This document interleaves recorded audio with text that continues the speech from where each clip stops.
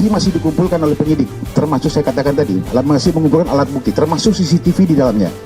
Ya, rangkaian dari mulai CCTV yang ada di sana, memang ada 3 rangkaian server yang ada, kemudian yang sampai dengan di Jalan Cikampek, ini masih dikumpulkan oleh penyidik untuk dilakukan ekstrak. Ya. Mahkamah Internasional dapatkan rekaman lengkap pembantaian Laskar FPI. Council should consider what further action is required to bring to an end states and international organizations in their legal practice fosters the development of international law.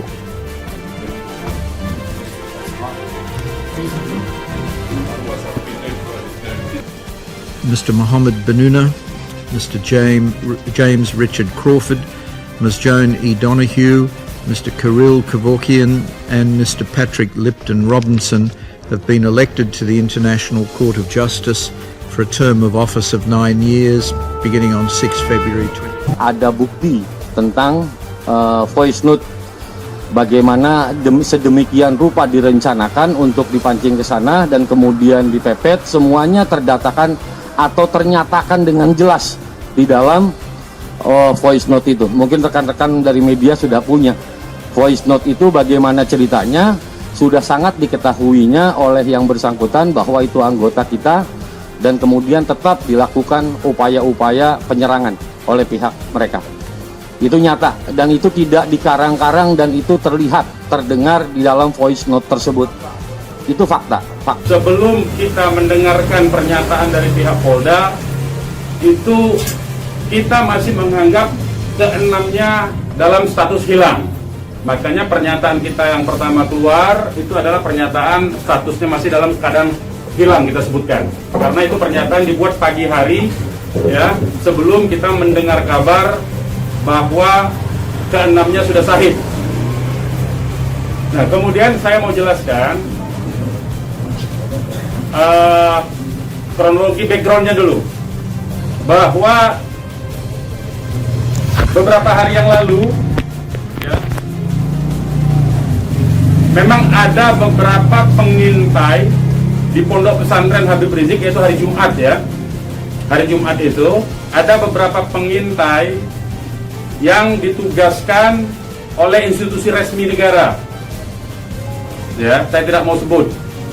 Oleh institusi resmi negara yang ditugaskan mengintai 24 jam.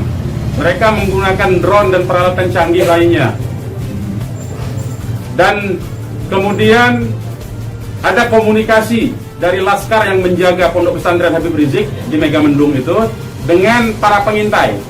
Karena kebetulan mereka terjebak dengan cara pengintaian mereka sendiri yang tidak profesional. Kejadian lain yang menjadi perhatian publik adanya extrajudicial killing di kilometer 50 pada bulan Desember 2020, bulan yang lalu. Terus terang, kami sebagai salah satu anggota Komisi 3 yang menjadi mitra Polri selama ini banyak sekali dimintai penjelasan oleh masyarakat soal isu-isu demikian.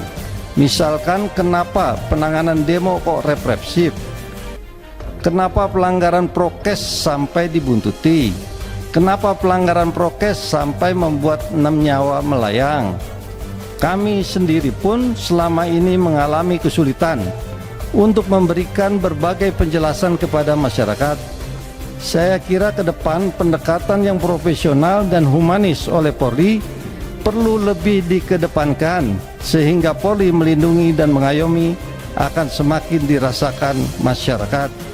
Hiruk pikuk sosial politik negara bangsa ini sedang labil-labilnya akibat perseteruan ideologi yang menjurus pada karakter totaliter rezim, karena sejarah sangat mungkin terulang dengan pelaku yang berbeda.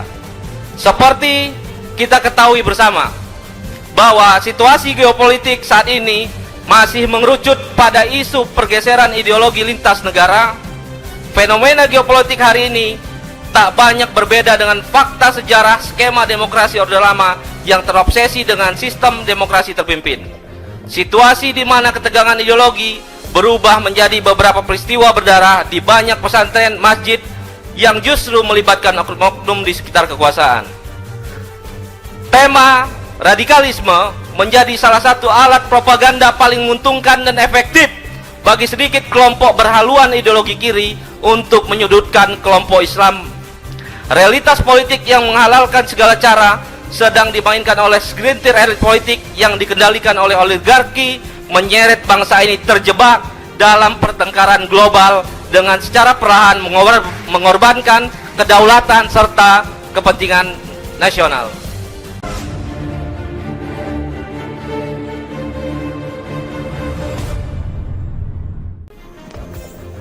Penembakan 6 laskar FPI naik penyidikan. Jejak digital harus diamankan. JBNN.com, Jakarta. Indonesia Police Watch atau IPW mengapresiasi Kapolri Jenderal Listio Sigit Prabowo dan Kabreskrim Komjen Agus Andrianto yang sudah menaikkan status penanganan kasus penembakan 6 laskar FPI di tol Jakarta Cikampek kilometer 50 ke tingkat penyidikan. Ketua Presidium IPW Neta Espen menilai ini adalah langkah baru Kapolri Jenderal Listio dan Kabreskrim Komjen Agus untuk menyelesaikan kasus itu dengan tuntas. Sehingga dugaan unlawful killing atau pembunuhan di luar hukum yang diduga dilakukan oleh 3 anggota Polda Metro Jaya terhadap 6 laskar FPI yang tewas di tol kilometer 50 Jakarta Cikampek bisa dituntaskan dengan transparan, kata Neta. Neta mengatakan dengan naiknya status penanganan kasus ini makna berbagai bukti, saksi, informasi baru bisa dimunculkan. Oleh karena itu, Neta mendesak pihak-pihak yang menangani kasus penembakan ini segera membuat akses komunikasi handphone para polisi di lapangan yang diduga menembak ke-6 laskar FPI tersebut. Menurut dia, tujuannya adalah supaya diketahui apakah sebelum penembakan terjadi mereka berkomunikasi dengan atasannya, perwira berpangkat AKBP, Kombes atau Jenderal. Lalu apa isi komunikasi mereka? Adakah perintah penembakan atau tidak dalam komunikasi tersebut? Ungkapnya. Menurutnya sangat mustahil dalam penguntitan itu tidak terjadi komunikasi dan koordinasi. Sangat mustahil seorang anak buah tidak melakukan koordinasi dan bertindak sendiri-sendiri. Padahal penguntitan itu perintah atasannya, kata Neta. Menurut dia, selama ini akses komunikasi tersebut sepertinya belum dibuka, baik oleh Komisi Nasional Hak Asasi Manusia maupun tim FPI, padahal di sana ada jejak digital yang bisa menjadi petunjuk. Sebelumnya dihilangkan pihak-pihak yang tidak bertanggung jawab, jejak digital itu harus diamankan, kata Neta.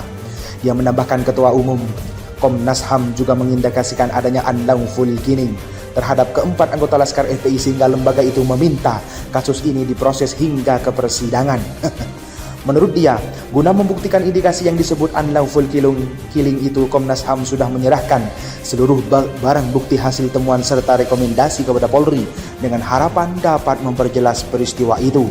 Namun, kata Neta, Komnas HAM sepertinya belum membuka jejak digital komunikasi para polisi di lapangan dengan atasan mereka yang memerintahkan aksi penguntitan. Menurut dia, bagaimanapun para polisi reserse itu menguntit Laskar FPI berdasarkan perintah atasannya mulai dari berpangkat AKBP, Kombes hingga Jenderal. Artinya lanjut Neta sepanjang penguntitan itu pasti terjadi komunikasi intensif. Dia menekankan tidak mungkin para polisi itu dilepas begitu saja, sehingga segala tindakan petugas di lapangan tetap dalam kendali dan kontrol atasannya, yang juga melaporkan perkembangannya ke atasan lagi. Nah, Neta menegaskan lagi bahwa untuk membuka kasus ini secara transparan, maka semua akses komunikasi dalam proses penguntitan tersebut perlu dibuka. Komunikasi HP antar ketiga polisi yang dituduh menembak itu dengan atasannya harus dibuka agar diketahui apa sesungguhnya pemerintahan atasan itu. Begitu juga komunikasi HP atasannya dengan atasannya lagi yang berpangkat jenderal juga harus dibuka secara transparan agar diketahui apa perintahnya, apakah ada perintah penembakan atau tidak. Selain itu, Neta menyatakan semua identitas mereka melalui polisi di lapangan, atasnya yang berpangkat AKBP, Kombes maupun Jenderal harus dibuka secara transparan. Menurutnya sikap transparan sangat diperlukan agar kasus ini tuntas secara terang benderang, sebab dia menegaskan menyelesaikan kasus dugaan unlawful killing terhadap Laskar FPI di tol Jakarta Cikampek kilometer 50 hingga pengadilan sudah menjadi rekomendasi Komnas HAM. Dia menyatakan tentunya Polri harus mendukung perkara ini dituntaskan secara profesional, transparan, akuntabel, dan prosesi atau prediktif responsibilitas transparansi berkeadilan. Sebab itu, IPW memberi aspirasi pada Kapolri dan Kabeskrim yang sudah meningkatkan penanganan kasus ini dari penyelidikan menjadi penyidikan. Kejadian lain yang menjadi perhatian publik adanya extrajudicial killing di kilometer 50 pada bulan Desember 2020, bulan yang lalu. Terus terang, kami sebagai salah satu anggota Komisi 3 yang menjadi mitra Polri selama ini banyak sekali dimintai penjelasan oleh masyarakat soal isu-isu demikian. Misalkan kenapa penanganan demo kok represif? Kenapa pelanggaran prokes sampai dibuntuti? Kenapa pelanggaran prokes sampai membuat 6 nyawa melayang? Kami sendiri pun selama ini mengalami kesulitan untuk memberikan berbagai penjelasan kepada masyarakat.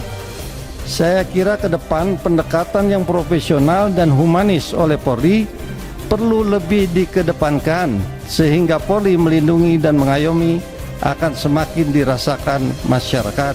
Ada bukti tentang voice note bagaimana sedemikian rupa direncanakan untuk dipancing ke sana dan kemudian dipepet, semuanya terdatakan atau ternyatakan dengan jelas di dalam voice note itu. Mungkin rekan-rekan dari media sudah punya voice note itu, bagaimana ceritanya sudah sangat diketahuinya oleh yang bersangkutan bahwa itu anggota kita, dan kemudian tetap dilakukan upaya-upaya penyerangan oleh pihak mereka. Itu nyata dan itu tidak dikarang-karang dan itu terlihat, terdengar di dalam voice note tersebut. Itu fakta.